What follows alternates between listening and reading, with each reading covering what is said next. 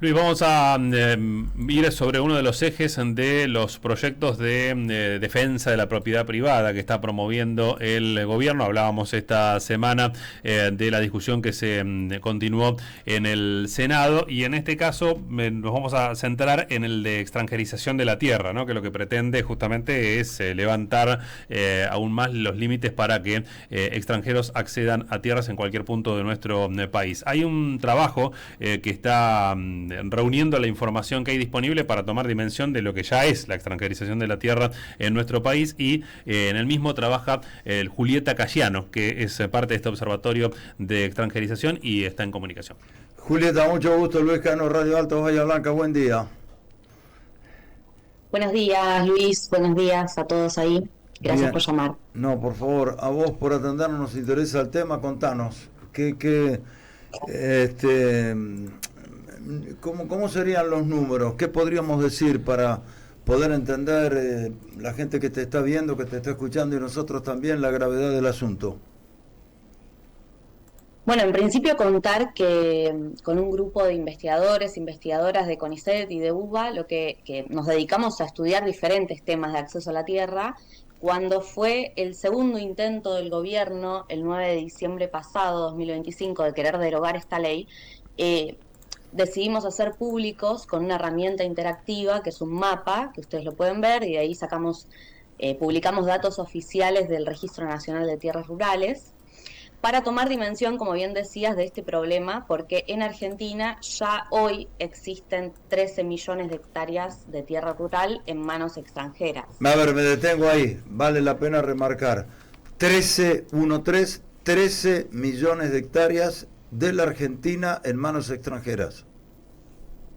Así es. Si bien esto es a nivel nacional, uno podría preguntarse, bueno, ¿esto es mucho, es poco? ¿Cuánto es en relación? A nivel porcentual significa el 5% de nuestro territorio rural, de nuestro territorio en realidad. Entonces la ley lo que fija es un 15%, la ley que todavía está vigente, fija un 15% como tope a esa extranjerización. Entonces uno podría decir, bueno, si estamos al 5 todavía quedan 10, ¿no? ¿Por qué la intención del gobierno de derogar esta ley? Y lo que nosotros vimos cuando analizamos los datos es que el dato interesante está a nivel más local, a nivel departamental o de partidos, porque ahí es donde vemos que en lugares donde hay tierras con alto valor estratégico, ahora podemos desarrollar un poquito de qué se trata esto, los porcentajes se disparan. Tenemos 36 departamentos a nivel nacional que ya superan el límite de la ley y 4, por ejemplo, que te superan el 50%. El Lácar en San Martín de los Andes, General La Madrid en La Rioja y 2 departamentos en Salta, que son Molinos y San Carlos. Incluso algunos llega casi al 60% de su tierra rural caracterizada. En esos lugares, entonces, esos 4 lugares que están mencionando, Salta, La Rioja y en la Patagonia, ese porcentaje del 15% de lo que corresponde a esos departamentos, cantidad de tierra, más allá del 50% ya están en manos extranjeras, ¿eso quiere decir? Totalmente, sí. Y aparte acá siempre hablamos de un piso, ¿no? De lo que pasó por el registro a nivel formal, porque tenemos casos como el que circuló ahora hace unos días en el marco del juicio a una mapuche, creo que era, de una comunidad mapuche, sí.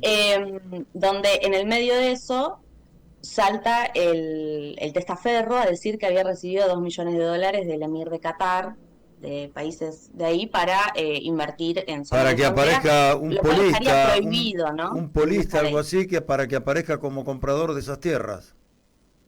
Claro. Entonces esto pasa mucho, lo cual evidencia que hay una presión muy fuerte en algunos departamentos donde hay vías navegables, cuerpos de agua, zona de frontera, por la extranjerización. Por eso los intentos reiterados por derogar esta ley.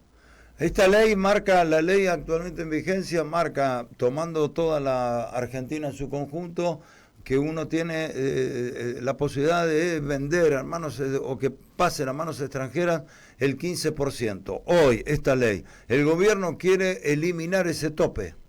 Hoy, en la ley que está en tratamiento en el Congreso, quiere eliminar ese tope. Sí. Sí, el gobierno, hay cuatro movimientos un poco bastante profundos que plantea esta nueva ley de propiedad privada, que es por un lado eliminar el tope. Eliminar el tope, o sea que no haya ningún tipo de control ni registros. Es decir, que no solo no va a haber tope, sino que tampoco vamos a tener, como hoy, posibilidades de pedir información pública porque no va a haber nadie que lo registre. Esto va a quedar en las sombras. Nadie va a saber si lo compra, sigue comprando, qué sé yo, otro jeque árabe o la compro yo. Nadie, supongamos que yo sea un Ni ciudadano, idea. supongamos que sea un ciudadano español, no importa. Nadie se va a enterar porque se elimina el registro. Totalmente. Entonces eso lo consideramos algo muy grave. Después cambia el sujeto, ¿no? De decir cualquier persona o sociedad extranjera a decir queda prohibida la compra para estados extranjeros. Lo cual, lo que nosotros vemos en los casos concretos es que eso no existe. O se limitaría a algo muy ideologizado del gobierno contra China, pero es el único país que podría llegar a invertir como Estado. La mayoría, si no, lo hace mediante, las situaciones se dan mediante empresarios o sociedades de inversión. Claro. Y después, otra cosa muy importante es que saca también de la protección de la ley a las zonas con cuerpos de agua. Es decir, que con esta nueva ley, cualquier persona de afuera podría venir y comprar todas las tierras de alrededor de un lago, como pasa hoy, por ejemplo, con Joe Lewis, que hay un conflicto, pero que eso sea moneda corriente. Te entiendo. Esto es lo que está en plena, es realmente muy interesante porque de estas cosas no se habla, no se difunden, es realmente muy interesante y esto está en plena etapa de discusión en el ámbito del Congreso, en el contexto en el que hoy se mueve el Congreso, por lo que ha pasado últimamente, favorable en cuanto a números a las pretensiones en cada una de las leyes del gobierno nacional. Habría que estar muy atentos entonces, ¿cómo lo ves? La verdad es que nosotros desde el observatorio estamos muy preocupados por esto, porque creemos que son ese tipo de leyes de la que después cuesta mucho volver hacia atrás, recuperar capacidades del Estado de control de esos territorios, ¿no? Porque de lo que se trata no es de prohibir tampoco la actividad de compra extranjera, nadie plantea eso, pero sí tener un tope, un límite, un control, sobre todo en tierras que encierran bienes naturales estratégicos, como pueden ser los cuerpos de agua, zonas de glaciares, a la vera del río Paraná, en zonas de frontera. La verdad es que es algo muy grave si esto pasa y llamamos fuertemente a defender y difundir la defensa de la continuidad de esta ley. Julieta, ¿cuál es el punto hoy mirando el mapa que ustedes hicieron, mirando el mapa, tomando en cuenta estos datos que estás dando para ustedes, para vos? ¿Cuál es el punto más que más te preocupa, digamos? El norte, el centro, el sur, Salta, Junín, San Martín de los Andes, Bariloche, como dijiste también La Rioja. ¿Cuál es el punto que a vos más te preocupa y que posiblemente pueda tener mayores posibilidades de expansión en el marco de una ley como la que pretende el gobierno de pasar a manos extranjeras cada vez más tierras? Mira, nosotros en el mapa pintamos como con una lógica de semáforo y en rojo están aquellos departamentos o partidos que superan el límite de la ley.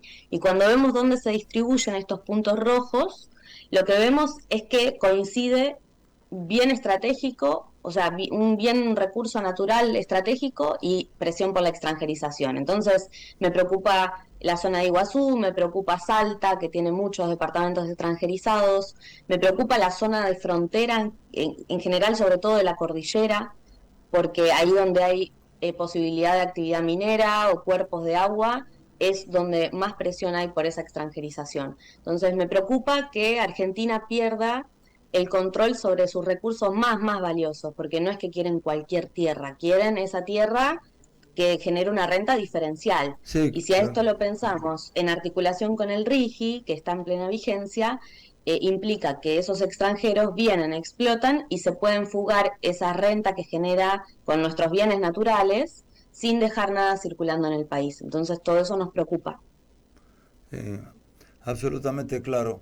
Bueno, la verdad me encantó haber charlado de este tema que no aparece en la agenda y es nuestra obligación que aparezca y no desaparezca. Así que en cualquier otro momento te volvemos a llamar, si no te parece mal. Bueno, muchas gracias, a disposición, y sí reiterar por ahí la página, si quieren consultar, de observatoriodetierras.ar, y de seguir nuestras redes sociales de @PRIA con HA, de Programa de Investigaciones en Historia Agraria, _FCE, para poder seguir el trabajo que hacemos con el observatorio, el mapa y los informes que venimos publicando. Vale la pena que digas que esto no es antojadizo, no lo hacen 3 o 4 que no saben qué miércoles hacer, sino que forman parte de un trabajo como investigadores e investigadoras del CONICET. Está claro eso, ¿no? Somos todos investigadores, investigadoras que generamos esta herramienta para poder visibilizar, y todo es datos públicos pedidos en expedientes al Gobierno Nacional. No estamos inventando ningún dato. Julieta, un gustazo, gracias, que tengas buen fin de semana. Igualmente, gracias por llamar. Por Saludos. favor, la socióloga Julieta Cayano, qué temita, ¿no? Qué temita que no aparece en la agenda, como decíamos, pero que es extremadamente serio, porque de eso estamos hablando, ¿no? 13 millones de hectáreas hoy están en manos de extranjeros en algunos departamentos, como ella mismo decía, Salta, por ejemplo, 50% Sí. del territorio, el 50% en manos extranjeras.